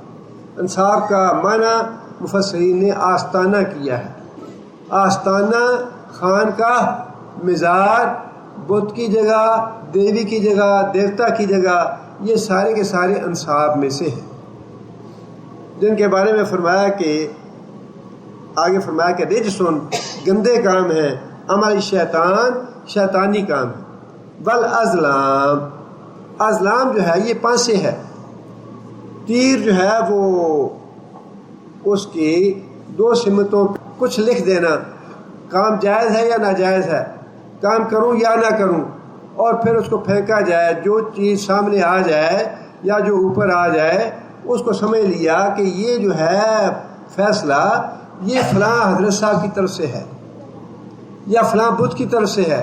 جس بھی آستانے پہ وہ ازلام پڑے ہیں یا جس آستانے پہ جا کے وہ عمل کیا جائے گا، وہ سمجھا یہ جائے گا کہ یہ جو آستانے والا ہے وہ خواہ وہ کوئی بھی ہے، وہ زندہ ہے یا مردہ ہے یا پتھر ہے یا بت ہے، جو بھی ہے، یہ سمجھ لیا جائے گا کہ یہ جو ہے فیصلہ یہ انصاف کی طرف سے ہے، تو وہ ازلام کہلائے گا۔ ازلام کا حکم جو ہے، اب بنیادی طور پہ میسر اور ازلام ایک ہی چیز ہے، لیکن ان میں فرق یہ ہے، میسر جو ہے وہ جوا ہے بغیر شرک کے، میسر جو ہے جوا ہے بغیر شرک کے، لاٹری ہے، پرائز بانڈ ہے، یا ریس ہے گھوڑوں کی، یا ویسے شرط لگا کے تاش کھیلنا، یا اور بھی جتنی جوئے کی قسمیں ہیں، یہ ساری میسر کہلاتی ہیں، لیکن ان میں شرک کا تصور نہیں۔ ازلام جو ہے ظلم کا عمل جو ہے اس میں ہے تو وہ بھی جوا، لیکن اس میں شرک کا تصور بھی موجود ہے۔ جوا تو اس اعتبار سے ہو گیا کہ اب اس کے ہاتھ میں نہیں ہے کہ فیصلہ کیا ہوتا ہے، جو ازلام والا ازلام جس پہ ہاں یا نہ آ جائے گا اس کو وہ کرنا ہے تو یہ بھی جوا، لیکن اس میں تصور شرک کا بھی موجود ہے کہ یہ فیصلہ جو ہے یہ پیر صاحب کی طرف سے ہے یا حضرت صاحب کی طرف سے ہے یا فلاں دیوی یا دیوتا کی طرف سے ہے، لہٰذا اس کا ذکر اللہ تعالیٰ نے الگ سے فرمایا۔ من عمل شیطان، فرمایا کہ یہ تو شیطانی عمل ہے۔ شراب کے بارے میں جو پہلا حکم تھا وہ تو سورہ بقرہ میں 219 نمبر آیت تھی، جس میں اللہ تعالیٰ نے یہ بات ارشاد فرمائی، یسألونک عن الخمر، لوگ آپ سے سوال کرتے ہیں شراب کے بارے میں، والمیسر، اور جوئے کے بارے میں، قل آپ کہہ دیجئے فیہما اسم کبیر، اس میں بہت بڑا گناہ ہے، ومنافع للناس، لیکن لوگوں کے لیے کچھ فائدے بھی ہیں اس میں، جیتنے والے کو پیسہ ملتا ہے اور جو شراب بیچتا ہے اس کو پرافٹ حاصل ہوتا ہے، دنیاوی فائدہ ہے اس کا، اس لیے قرآن نے اس کا انکار نہیں کیا۔ اب چونکہ ایک پرانی عادت تھی شراب اور جوئے کی جو چلی آ رہی تھی معاشرے میں، اسے ختم کرنا مطلوب تھا، اس کو شریعت نے بتدریج ختم کیا ہے، یکدم ختم نہیں کیا۔ پہلے صرف ذہنوں میں یہ بات ڈال دی گئی کہ یہ ہے تو گناہ کا کام، اگرچہ کچھ فائدہ بھی تمہیں اس میں محسوس ہوتا ہے، فائدہ بھی ملتا ہے، لیکن ہے یہ گناہ کا کام۔ وَإِثْمُهُمَا أَكْبَرُ مِن نَفْعِهِمَا، لیکن اس کا جو گناہ ہے وہ کہیں بڑا ہے اس کے نفع سے۔ گناہ کے مقابلے میں اس کے فائدے کی کوئی حیثیت نہیں ہے۔ مطلب یہ کہ اچھی طرح، اور بعض جو صحابہ کرام تھے اس آیت کے نزول کے بعد ہی انہوں نے شراب پینی چھوڑ دی تھی۔ آگے پھر جو دوسرا حکم تھا وہ سورہ نساء کا ہے، جس میں اللہ تعالیٰ نے یہ بات ارشاد فرمائی کہ یا ایھا الذین آمنوا لا تقربوا الصلاۃ وانتم سکارى حتی تعلموا ما تقولون۔ بعض لوگوں نے نماز پڑھی یا پڑھائی اور اس میں آیتیں جو تھیں وہ آگے پیچھے کر کے پڑھ ڈالی، جس سے مفہوم جو تھا وہ توحید کی بجائے شرک کے معنی آ گیا اس آیت کے پڑھنے میں۔ حضرت علی رضی اللہ تعالیٰ عنہ کے بارے میں بخاری شریف کی حدیث آئی ہے، قل یا ایھا الکافرون پڑھی انہوں نے، اور اس میں الفاظ آگے پیچھے اس طرح ہو گیا ہے جس سے اس کا مفہوم جو ہے وہ بالکل بدل گیا۔ اس وقت اللہ تعالیٰ نے یہ حکم نازل فرمایا، اے لوگو جو ایمان لائے ہو، لا تقربوا الصلاۃ، نماز کے قریب نہ جاؤ اس وقت تک، حتی تعلموا ما تقولون، جب تک تمہیں یہ پتہ نہ چل جائے کہ تم زبان سے کیا بات ادا کر رہے ہو۔ مطلب یہ کہ جب تک اس کا نشہ باقی ہے، شراب کے اثرات باقی ہیں، اس وقت تک نماز نہ پڑھو۔ اب یہ دوسرا حکم تھا جس سے یہ پتہ چل گیا کہ یہ تو چیز جو ہے بہت نقصان دینے والی ہے، اور اس سے تو ہم بہت بڑے گناہ میں ملوث ہو سکتے ہیں۔ شرک کی بات جو ہے وہ بھی زبان سے نکل سکتی ہے۔ لہٰذا صحابہ کرام اور بھی چوکنا ہو گیا، لیکن مکمل طور پہ ترک نہیں ہوئی۔ اس کے بعد پھر آخری حکم یہ تھا جس میں اللہ تعالیٰ نے یہ بات ارشاد فرمائی کہ رجس من عمل الشیطان، گندی ہے یہ بالکل چیز، اور یہ شیطانی عمل ہے۔ اور پھر ساتھ یہ بھی ایک طرح سے وارننگ دے دی، فہل انتم منتہون، کہ اتنا کچھ بتانے کے باوجود تم باز آتے ہو کہ نہیں آتے۔ اب اس کے بعد پھر یہ شراب قطعی بند ہو گئی، اور رسول اکرم صلی اللہ علیہ وسلم نے اس کے بارے میں واضح طور پہ یہ بات ارشاد فرمائی کہ شراب کے معاملے میں 10 آدمیوں پہ لعنت ہے، اللہ کی رحمت سے محروم ہے وہ۔ اس میں پینے والا بھی، پلانے والا بھی، بیچنے والا بھی، بنانے والا بھی، اٹھانے والا بھی، فروخت کرنے والا بھی، سارے لوگ آ جاتے ہیں، 10 قسم کے لوگ۔ اور پھر فرمایا کہ جو چیز حرام ہے اس کی خرید و فروخت بھی حرام ہے۔ یہ نہ سمجھیں کہ ایک آدمی پیتا نہیں ہے، بعض کاروبار کرتا ہے شراب کا، فرمایا وہ بھی اتنا ہی گناہ گار ہے جتنا پینے والا گناہ گار۔ حرام چیز کا کاروبار بھی حرام ہے۔ اور پھر صحابہ نے پوچھا یا رسول اللہ حرام ہو گئی تو ہم یہودیوں کو تحفہ دے دیں؟ فرمایا نہیں، تحفہ بھی نہ دو۔ صحابہ نے پوچھا یا رسول اللہ کیا اس کو دوا کے طور پہ استعمال کرنے کے لیے رکھ دے؟ فرمایا نہیں، دوا کے لیے بھی استعمال نہ کرو، یہ تو خود بیماری ہے۔ مطلب یہ کہ جب ایک چیز حرام ہو گئی تو پھر اس کی کوئی بھی صورت جو ہے وہ استعمال والی باقی نہیں رہی۔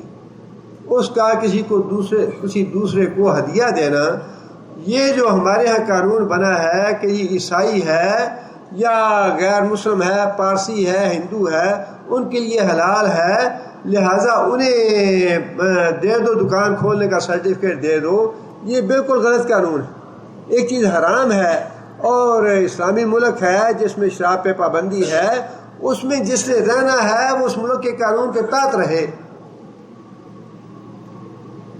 جو نہیں رہ سکتا وہ چھوڑ دے۔ لیکن یہ تو تب ہو جب واقعی دل سے. اب پاکستان میں تو جتنے اوپر سے لے کر نیچے تک صرف شراب نوش نہیں بلکہ شراب فروش ہیں سارے. اوپر کی کرسی سے لے کر نچلے تک جس کا بھی جتنا بھی بس چلتا ہے وہ صرف شراب نوش نہیں ہے بلکہ شراب فروش بھی ہے. سارے لعنت والے کام کرنے والے. اور چونکہ پینے کے بعد اس میں انسان کی عقل جو ہے وہ قائم نہیں رہتی، لہذا فرمایا کہ شیطانی عمل ہے اور اس سے بالکل باہر آ جاؤ. اسی طرح جوا ہے. جوئے کے بارے میں بھی جب انسان جوا کھیلتا ہے بہت زیادہ، اگلی آیت میں فرمایا ہے کہ یہ چیزیں جو ہیں شیطانی ہیں اور آپس میں دشمنی پیدا کرنے والی ہیں. فَاجْتَنِبُوهُ لَعَلَّكُمْ تُفْلِحُونَ، ان سے اجتناب کرو، ان سے بچو تاکہ تم کامیاب ہو سکو. انما یرید الشیطان، بے شک شیطان یہ چاہتا ہے ان یوقع بینکم العداوۃ والبغضاء فی الخمر والمیسر، اور شیطان یہ چاہتا ہے کہ تمہارے درمیان دشمنی ڈال دے، تمہارے درمیان بغض ڈال دے، لڑائی جھگڑا ڈال دے، فی الخمر والمیسر، شراب کے ذریعے اور جوئے کے ذریعے. شراب کے ذریعے اور جوئے کے ذریعے یہ جتنے بھی لوگ بڑی بے دردی سے قتل و غارت کرتے ہیں. اگلے دن یہ واقعہ جو اسلام آباد میں ہوا اس کے بارے میں بعد میں یہی ہے کہ وہ شراب اس کا نشہ کیا ہوا تھا اس آدمی نے. نشے کی حالت میں نہ تو انسان کسی کو مارنے سے قتل کرنے سے دریغ کرتا ہے، نہ کسی سے لڑائی جھگڑا کرنے سے دریغ کرتا ہے، نہ کسی کی عزت برباد کرنے میں دریغ کرتا ہے. اسے کچھ عقل اور ہوش نہیں ہوتی. اس لیے فرمایا کہ یہ جوا اور شراب جو ہے تمہارے درمیان بغض اور عداوت ڈالنے کا راستہ ہے. یہ جو آدمی جوئے میں کامیاب ہو گیا وہ تو دوبارہ کوشش کرے گا کہ پھر وہ دوبارہ کامیاب ہو، پھر وہ لوٹے دوسرے آدمی کو. اور جو ہار جاتا ہے اس کے دل میں انتقام کے جذبات پیدا ہو جاتے ہیں کہ جس نے مجھے لوٹا ہے میں کس طرح اس کو نقصان پہنچاؤں یا کس طرح سے اپنا مال واپس لوں. اور جوا کھیلنے والے جو ہیں وہ اس حد تک پہنچ جاتے ہیں کہ بعض اوقات اپنے گھر اور اپنا بال بچے تک جوئے میں ہار جاتے ہیں اور پھر ایک دوسرے پہ کو قتل کرنے کی نوبت آتی ہے. اس لیے اللہ نے فرمایا کہ یہ جوا اور شراب جو ہے یہ تمہارے درمیان دشمنی اور عداوت ڈالنے کا ذریعہ ہے، لہذا باز آ جاؤ اس سے. یہ تمہارے معاشرے کو تباہ کرنے والی اور برباد کرنے والی چیزیں ہیں دونوں، اور دونوں کی سرپرستی حکومت کرتی ہے. جتنے جوئے کی سکیمیں ہیں ساری حکومت جاری کرتی ہے. لاٹریاں بھی ہیں، پرائز بانڈ بھی ہیں، اور دوسرے جو منافع کی اسکیمیں، بظاہر منافع کی اسکیمیں بنا کے بتایا جاتا ہے، سب یہ جوئے کی قسمیں ہیں اور سب کی سرپرستی حکومت کرتی ہے. آگے فرمایا کہ وَيَصُدَّكُمْ عَنْ ذِكْرِ اللَّهِ وَعَنِ الصَّلَاةِ، سب سے بڑا نقصان یہ ہے. وہ تو دنیا کی باتیں تھی نا کہ دنیاوی اعتبار سے کیا نقصان ہوتا ہے. دنیاوی اعتبار سے دشمنی ہے، عداوت پیدا ہو جاتی ہے، قتل و غارت ہوتی ہے، ایک دوسرے کی عزت پہ ہاتھ ڈالتے ہیں، ایک دوسرے کی عزت برباد کرتے ہیں. وہ تو دنیاوی نقصان تھے. اور آگے اللہ نے فرمایا کہ دین کا نقصان یہ ہے وَيَصُدَّكُمْ مَنْ ذِكْرِ اللَّهِ، کہ یہ چیزیں جو ہیں جوا اور شراب یہ تمہیں اللہ کے ذکر سے روکتے ہیں، وَعَنِ الصَّلَاةِ، اور نماز سے روکتے ہیں. نماز بھی اللہ کا ذکر ہے، لیکن اس کا ذکر اللہ نے الگ سے کیوں فرمایا ہے؟ اس کا الگ سے ذکر جو ہے اس کی اہمیت کے تحت فرمایا ہے. یہ بھی اللہ کا ذکر ہے لیکن اس کی اہمیت اتنی ہے کہ ذکر کا لفظ استعمال فرمانے کے بعد پھر دوبارہ نماز کا ذکر کیا ہے کہ یہ ذکر سے بھی تمہیں ہٹاتا ہے اور تمہیں نماز سے بھی روکتا ہے. اور اگر ان کے حرمت کا سبب جو ہے وہ یہی ہے کہ تمہاری نماز ضائع کرتا ہے تو تمہارا ذکر ضائع کرتا ہے، تو پھر ٹی وی کے بارے میں کیا خیال ہے؟ نیٹ کے بارے میں کیا خیال ہے؟ بچے اللہ تعالیٰ معاف کرے کیا کہیں، بیٹھتے ہیں صبح سے لے کر شام تک اور ہوش نہیں ہوتی نہ کھانے کی نہ پینے کی، نہ دائیں کی نہ بائیں کی، نہ آگے کی نہ پیچھے کی، نہ ماں کی نہ باپ کی، نہ کسی آئے گئے مہمان کی. اور نہ نمازوں کی. ذکر تو بڑی دور کی بات ہے، نمازوں تک کا ہوش نہیں ہوتا. اور پھر کرکٹ جیسی کھیلیں اور اس طرح کے جو دوسرے کام ہیں جو انسان کو ذکر سے ہٹانے والے ہیں، نماز سے ہٹانے والے ہیں، انسان کے دین کو برباد کرنے والے ہیں، ان کو حرام تو اس لیے کیا گیا کہ یہ اللہ کے ذکر سے تمہیں ہٹاتے ہیں. اللہ کا ذکر ہی ہے جو انسان کی دنیا کو بھی اور آخرت کو بھی پناہ میں رکھنے والی چیز ہے. پناہ میں رکھتی ہے انسان اللہ کا ذکر. دنیا کے فتنوں سے، دنیا کے شرور سے، دنیا کے فسادات سے انسان کو پناہ میں رکھنے والی چیز اللہ کا ذکر ہے، اللہ کا قرآن ہے، اللہ کی نماز ہے. صحابہ نے پوچھا یا رسول اللہ سب سے افضل کون ہے، افضل آدمی کون ہے؟ فرمایا کہ سب سے افضل آدمی جو ہے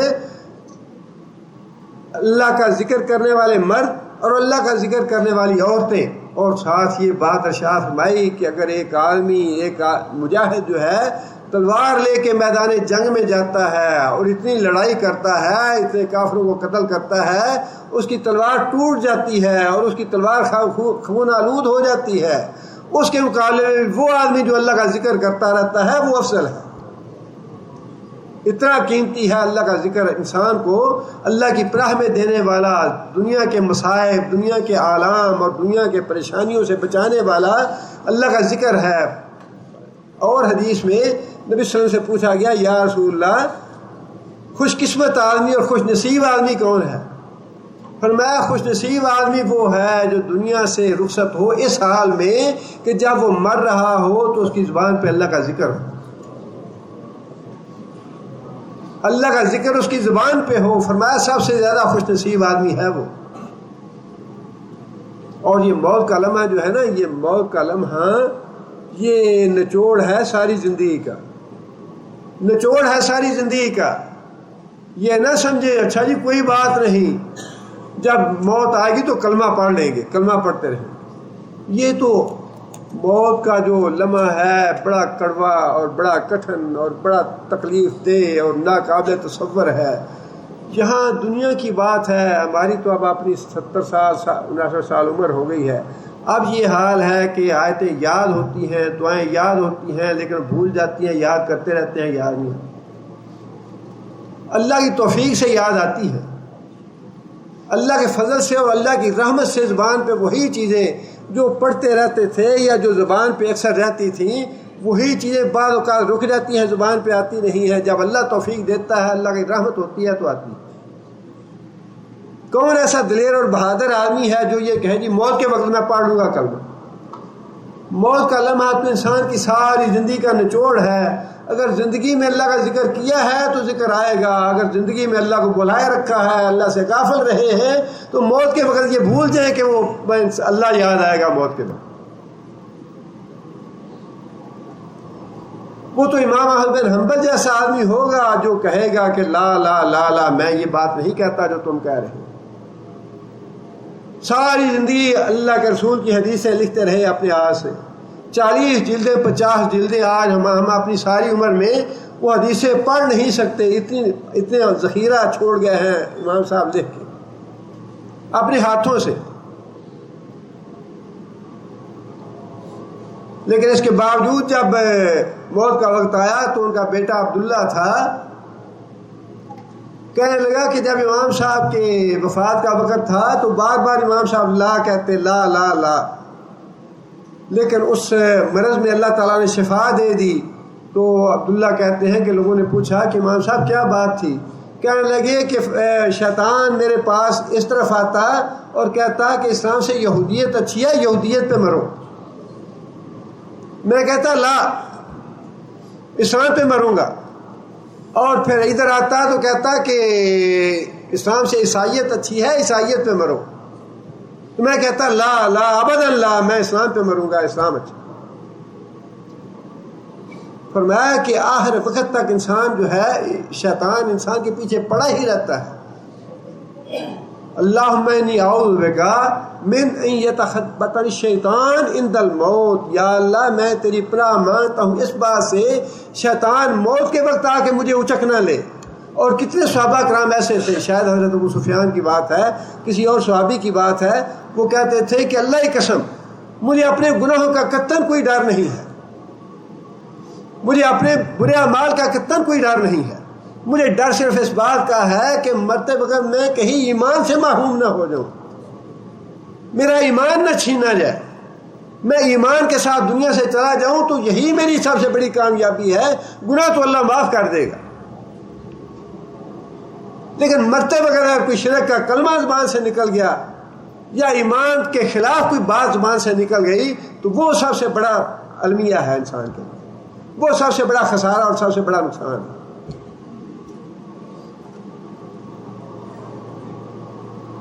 اس لیے صرف شراب اور جوا نہیں بلکہ ہر وہ چیز اپنے گھروں میں دیکھیں۔ یہ زندگی جو ہے بڑی مختصر ہے، اس زندگی کو اللہ اور اللہ کے رسول نے جو بتائی ہیں باتیں ان کے مطابق بنانے کی کوشش کریں، اپنے گھروں کو بھی، ورنہ شیطان پیچھا نہیں چھوڑتا۔ سچی بات یہ ہے، آپ کی بات تو میں کرتا نہیں لیکن مجھے تو پتا ہے کہ شیطان جو ہے کسی لمحے انسان کو چھوڑتا نہیں ہے، ہر وقت پیچھے پڑا رہتا ہے، کس طرح میں اس کا ایمان برباد کروں۔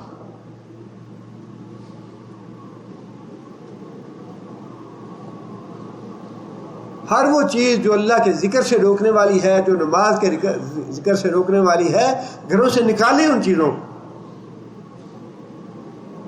توبہ اور استغفار کریں ان چیزوں سے، ان چیزوں کی عادات اللہ کے ذکر سے اور اللہ کی نماز سے اچھی کوئی چیز نہیں ہے۔ یہ چیزیں انسان کو مصیبتوں سے، تکلیفوں سے، بیماریوں سے، آفات سے، فتنوں سے پناہ دینے والی چیزیں ہیں۔ اور نبی صلی اللہ علیہ وسلم نے حدیث میں فرمایا ہے کہ جو عام فتنے ہیں ان سے انسان کا نیک اعمال، نماز، تلاوت جو ہے یہ فتنوں سے بچاتے رہتے ہیں اس کو، انسان۔ فَهَلْ أَنْتُمْ مُنْتَهُونَ، اللہ فرماتے ہیں کیا تم پھر باز آتے ہو ان چیزوں سے، شراب سے، جوئے سے اور آستانوں پہ جانے سے اور ازلام سے، کیا ان شیطانی کاموں سے، گندے کاموں سے باز آتے ہو؟ آگے فرمایا کہ وَأَطِیعُوا اللَّهَ وَأَطِیعُوا الرَّسُولَ وَاحْذَرُوا، اللہ کی بات مان لو، اطاعت کرو اللہ کی، اللہ کے رسول کی بات مان لو، اطاعت کرو اللہ کی، وَاحْذَرُوا، اور ان گندے شیطانی کاموں سے بچے رہو، چھوڑ دو ان گندے شیطانی کاموں سے جو تمہیں اللہ کی یاد سے اور اللہ کی نماز سے غافل کرنے والی چیزیں ہیں، چھوڑ دو انہیں، باز آ جاؤ ان سے۔ فَإِن تَوَلَّيْتُمْ، اور اگر تم باز نہیں آتے، فَاعْلَمُوا، تو پھر جان لو، اَنَّمَا عَلَىٰ رَسُولِنَا الْبَلَاغُ الْمُبِينُ، لڑائی جھگڑا یہاں تو نہیں ہے، یہاں تو نصیحت ہے، نصیحت، اور وہ نصیحت یہ ہے کہ اگر تم باز نہیں آتے شراب سے، جوئے سے یا آستانوں پہ جانے سے یا شرک کرنے سے باز نہیں آتے، یا پھر وہ چیزیں جو اللہ کی یاد سے غافل کرنے والی ہیں، اللہ کی نماز سے غافل کرنے والی ہیں، ان چیزوں سے تم باز نہیں آتے، تو پھر یاد رکھو ہمارے رسول کی ذمہ داری تو اتنی ہی ہے کہ وہ بات اپنی پہنچا دے۔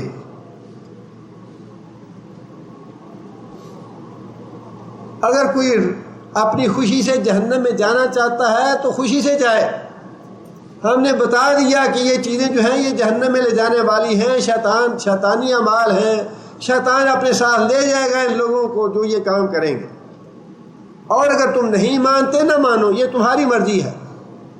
اس دنیا میں تو اللہ تعالیٰ نے ہمیں اختیار بھی دیا ہے اور ہمیں معاملہ ہماری مرضی پہ چھوڑ دیا ہے، جو ماننا چاہتا ہے مانے، جو نہیں ماننا چاہتا نہ مانے، لیکن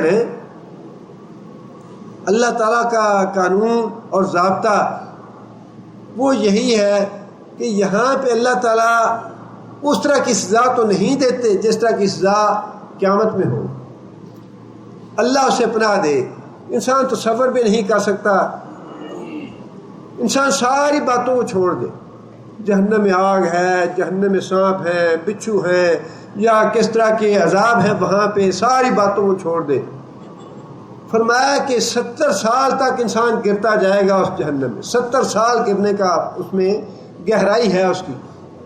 70 سال تو بڑی دور کی بات ہے. 10,000 فٹ یا 30,000 فٹ یا 40,000 فٹ کی بلندی پہ جہاز ہوتا ہے. وہاں جہاز میں خرابی ہو جائے, نیچے گرتے گرتے 10,000 یا 20,000 یا 40,000 فٹ کی بلندی سے نیچے جب اللہ نہ کرے کوئی جہاز گرے آ کے, تو اس کی کوئی چیز صحیح سلامت بچتی ہے؟ اس میں کوئی انسان زندہ باقی بچتا ہے؟ یہ تو بات ہے 30-40 ہزار فٹ سے گرنے کی. اور کبھی آپ کسی کنویں پہ کھڑے ہو کے یا اونچی دیوار پہ کھڑے ہو کے نیچے نظر ڈالیں, انسان کو ہول آتا ہے, انسان کا دل ایسے جیسے جکڑا جاتا ہے کہ اتنی کہیں انسان گر نہ جائے تو کیا ہو. 70 سال کی گہرائی تک انسان گرتا جائے, 70 سال تک نیچے گرتا جائے, انسان کا کیا حال ہوگا.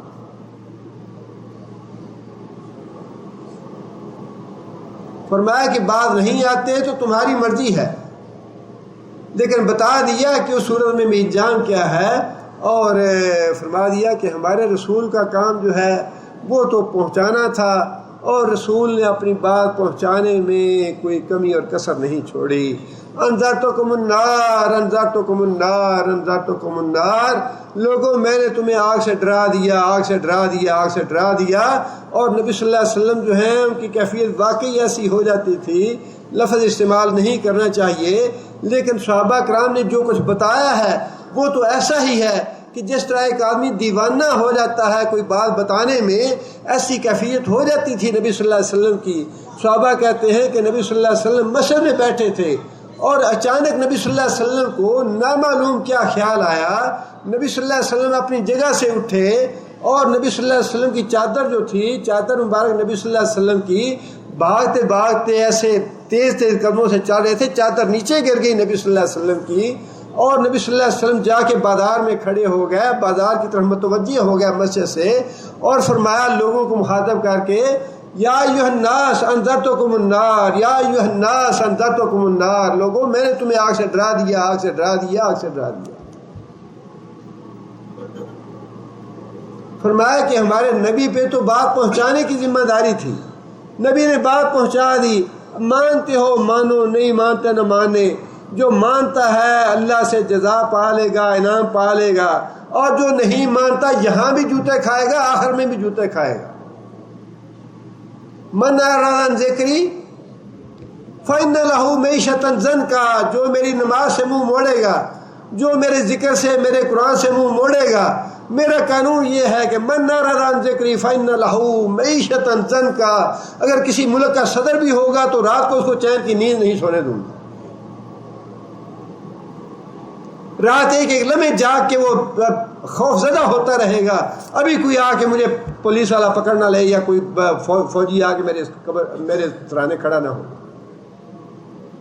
چین کی زندگی بسر نہیں کرنے دوں گا, خواہ وہ اربوں کا مالک ہوگا, اس کو چین کی زندگی میسر نہیں ہوگی. من اعرض عن ذکری فإن له معیشۃ ضنکا ونحشرہ یوم القیامۃ اعمیٰ, میری نمازیں ضائع کر دی, میرا ذکر ضائع کر دیا, میرا قرآن ضائع کر دیا, نحشرہ یوم القیامۃ اعمیٰ, قیامت کے دن اندھا کر کے اٹھاؤں گا. نہ دنیا میں چین نصیب ہوگا, نہ آخرت میں چین نصیب ہوگا.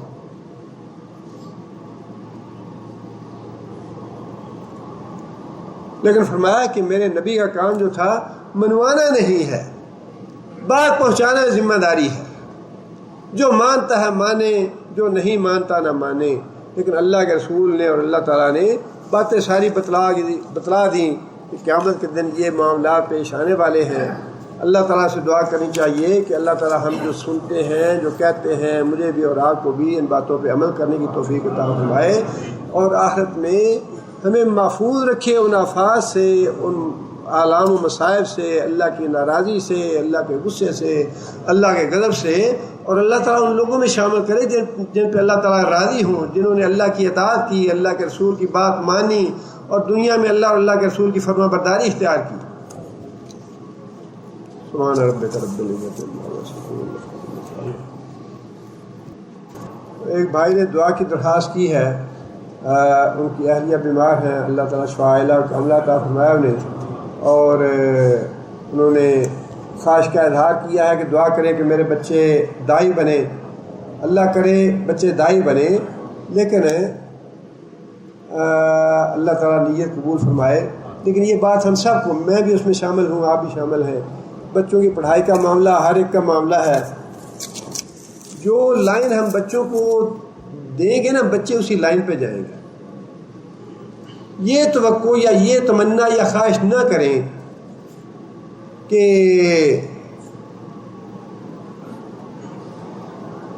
کانٹوں کا درخت ہو تو اس پہ پھل لگے. ہم خرچ جائیں اور دعا یہ کریں کہ اللہ ہمیں مدینہ پہنچا دے، یہ نہیں ہوتا.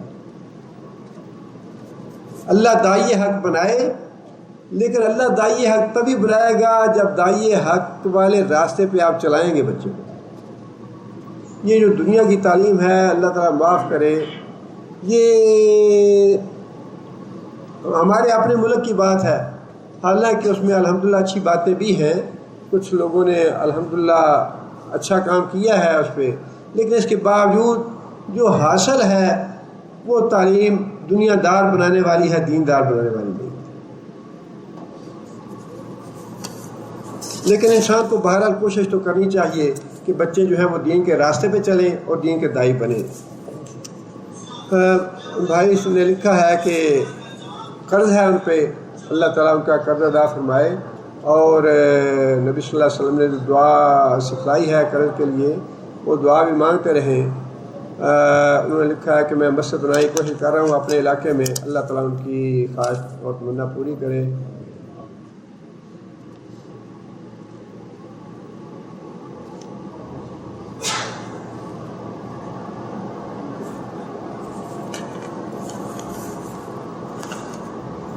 یہ متعلقہ کے نکاح کے بارے میں جو مسئلہ بھائی نے پوچھا ہے، یہ مسئلہ کچھ پیچیدہ سا ہے اور دیکھنے والا ہے. یہ انشاءاللہ میں دیکھ کے بتاؤں گا.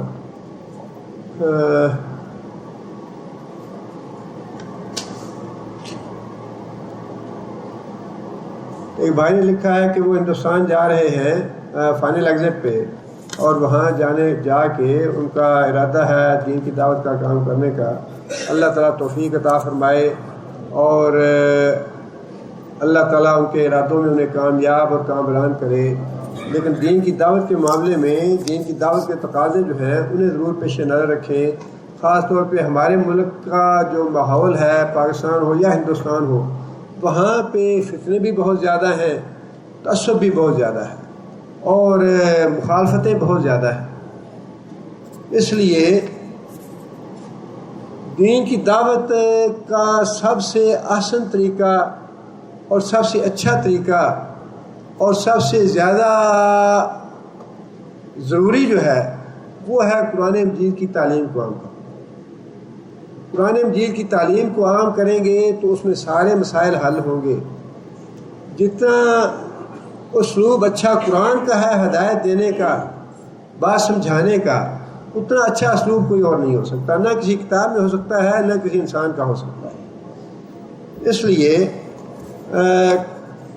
جو عام مسائل ہیں عام معاشرے میں ان پہ زیادہ کنسنٹریٹ نہ کریں، بلکہ شرک اور توحید کا مسئلہ جو ہے اس پہ زیادہ کنسنٹریٹ کریں اور قرآن کے ذریعے اس مسئلے کو حل کرنے کی کوشش کریں.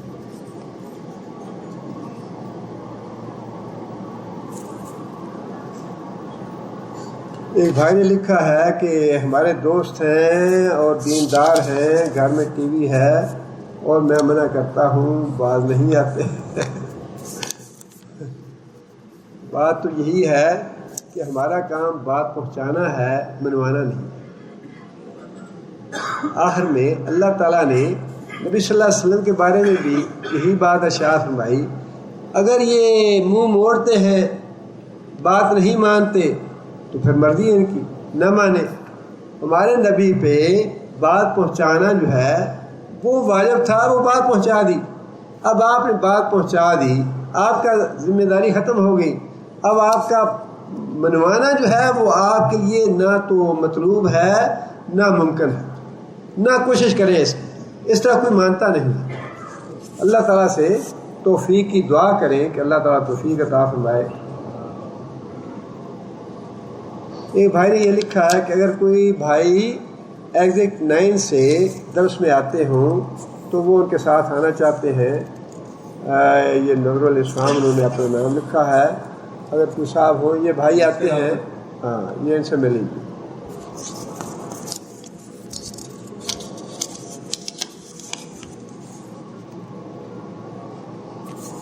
کون سی تفسیر قرآن بہتر ہے، پاکستان لے کر جانی ہے یا بہار سے؟ کون سی لیں؟ پاکستان میں تفسیریں الحمدللہ بڑی علماء نے اچھی اچھی تفسیریں لکھی ہیں، لیکن اب یہ تو ہر آدمی کے ایک اپنے مزاج پہ اور طبیعت پہ منحصر ہے کہ وہ کون سی تفسیر پسند کرتا ہے. میری اپنی رائے یہ ہے کہ ایک تفسیر کی بجائے 2 یا 3 تفسیریں جو ہے نا ان کو کنسلٹ کریں. تفسیر القرآن اچھی تفسیر ہے، تفہیم القرآن اچھی تفسیر ہے، اور معرف القرآن میں بھی اچھی باتیں لکھی ہیں مفتی شفیع صاحب نے. اور یہاں پہ آثر البیان جو ہے مولانا یوسف صاحب کی، وہ بھی اچھی تفسیر ہے. تو انسان اپنے مزاج کے مطابق، اپنی طبیعت کے مطابق جو بھی تفسیر انسان کو اچھی لگے وہ انسان.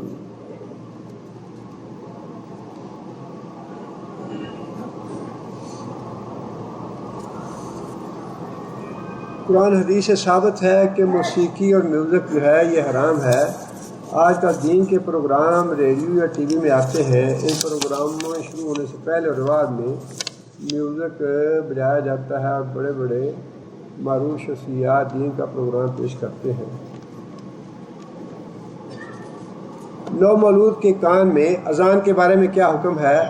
اگر ہے تو اذان کی ترکیب کیا ہے؟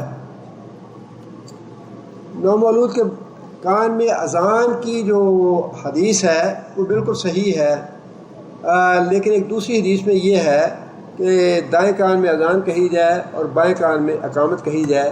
لیکن یہ حدیث سندن ضعیف ہے، لیکن عام لوگوں کو اس الجھن میں نہیں پڑنا چاہیے، کیونکہ اس حدیث کے برعکس ممانعت والی کوئی حدیث نہیں ہے. لہذا علماء کا اس پہ عمل ہے اور اس پہ عمل کرنا چاہیے. دائیں میں اذان کہی جائے اور بائیں میں اقامت کہی جائے. لیکن اگر کوئی بہت احتیاط کرنا چاہے کہ نہیں جی وہ تو ضعیف ہے اور جو صحیح ہے وہی کرنا، اس پہ عمل کرنا ہے، تو اس پہ عمل یہی ہوگا کہ دونوں کانوں میں اذان دے لی جائے. اور ترکیب اس کی یہی ہے کہ جو بچہ پیدا ہوا ہے اس کے کان کے نزدیک منہ کر کے انسان اذان کے کلمات کہے. 11، 12، 13 ذی الحج کو منا میں نماز قصر پڑھیں یا مکمل؟ حاجی پاکستان سے آئے ہیں یا ادھر سعودیہ سے. حجاج کے لیے رسول اکرم صلی اللہ علیہ وسلم نے بھی اور نبی صحابہ کرام نے بھی حج کے دوران قصر نمازیں پڑھی ہیں، حالانکہ صحابہ کرام میں مکہ کے حجاج بھی شامل تھے. لہٰذا حج کے دوران، پورے حج کے دوران نمازیں جو ہیں وہ قصر کے ساتھ انشاءاللہ پڑھنی چاہیے.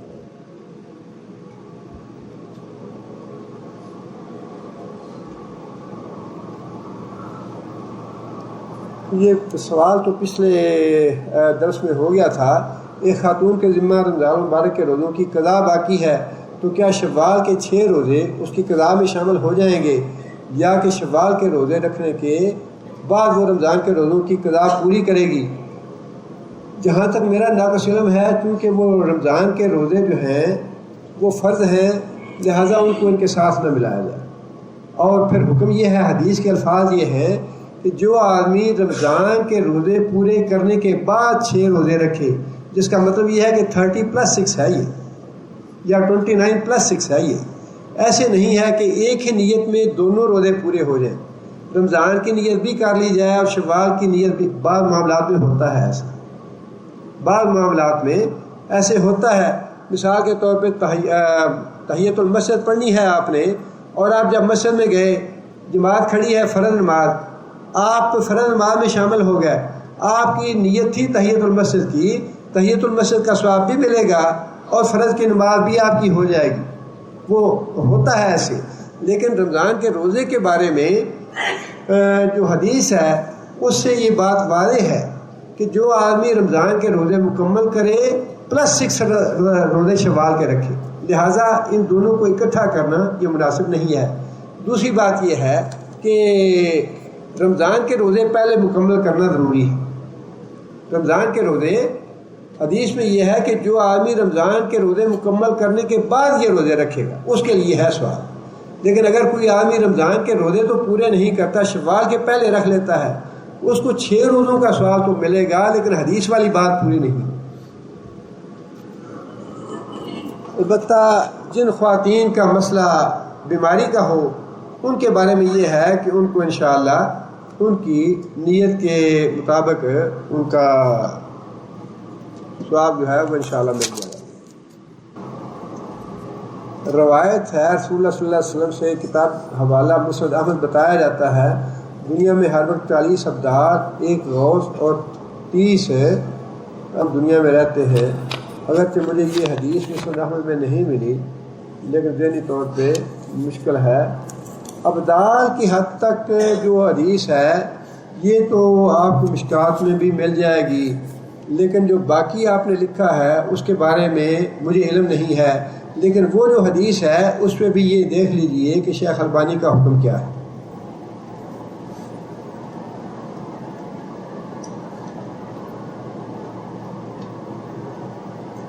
یہ بات کہاں تک درست ہے کہ کچھ ڈاکٹر لوگ کہتے ہیں کہ رشتہ داروں میں شادی نہیں کرنی چاہیے، اس سے ہونے والے بچے بیمار پیدا ہو سکتے ہیں یا مختلف ہیں، لیکن قرآن میں چچا کی بیٹی، ماموں کی بیٹی، خالہ کی بیٹی سے شادی کرنا یعنی رشتہ داروں کی شادی کا حکم ہے۔ یہ بات بالکل صحیح ہے کہ جو اپنے قریبی رشتہ داروں میں شادی کا ہے وہ ثابت ہے قرآن سے بھی اور حدیث سے بھی، اور جو تحقیق ہے سائنس کی اس کا تو اعتبار بالکل نہ کریں۔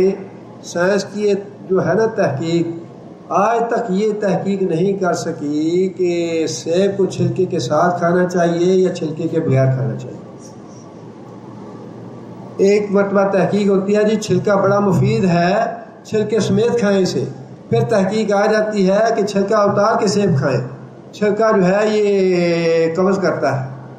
اس لیے سائنس کی تحقیق جو ہے یہ تو وہ تو یقینی واحد جو ہے وہ تو یقینی علم ہے، اور دنیا میں یقینی علم صرف ایک ہی ہے جو واحد کا علم ہے، اور یہ سائنس کا علم جو اتنا غیر یقینی ہے کہ اس سے زیادہ تو غیر یقینی ہے ہی نہیں کوئی۔ یہ تو ایک ایسے ذہنوں کی مروبیت والی بات ہے جی، سائنس یہ کہتی ہے جی، ڈاکٹر یہ کہتے ہیں جی، فلاں نے یہ کہا جی، فلاں نے یہ کہا ہے۔ جو اللہ اور اللہ کا رسول کہتا ہے اول اور آخر بار وہی ہے، سچی بات اللہ کی ذات حق ہے، محمد صلی اللہ علیہ وسلم حق ہے، باقی جو ہے وہ سارا اس میں صحیح بھی ہو سکتا ہے غلط بھی ہو سکتا ہے۔ لہذا ان باتوں پہ انسان کو یقین نہیں کرنا چاہیے۔ کیا شراب والی خوشبو لگانا جائز ہے؟ اس کے بارے میں نے گزارش کر دی کہ نبی صلی اللہ علیہ وسلم نے شراب کا کسی طرح کا بھی استعمال جو ہے اس کو ممنوع قرار دیا ہے، لہذا وہ جائز نہیں ہے۔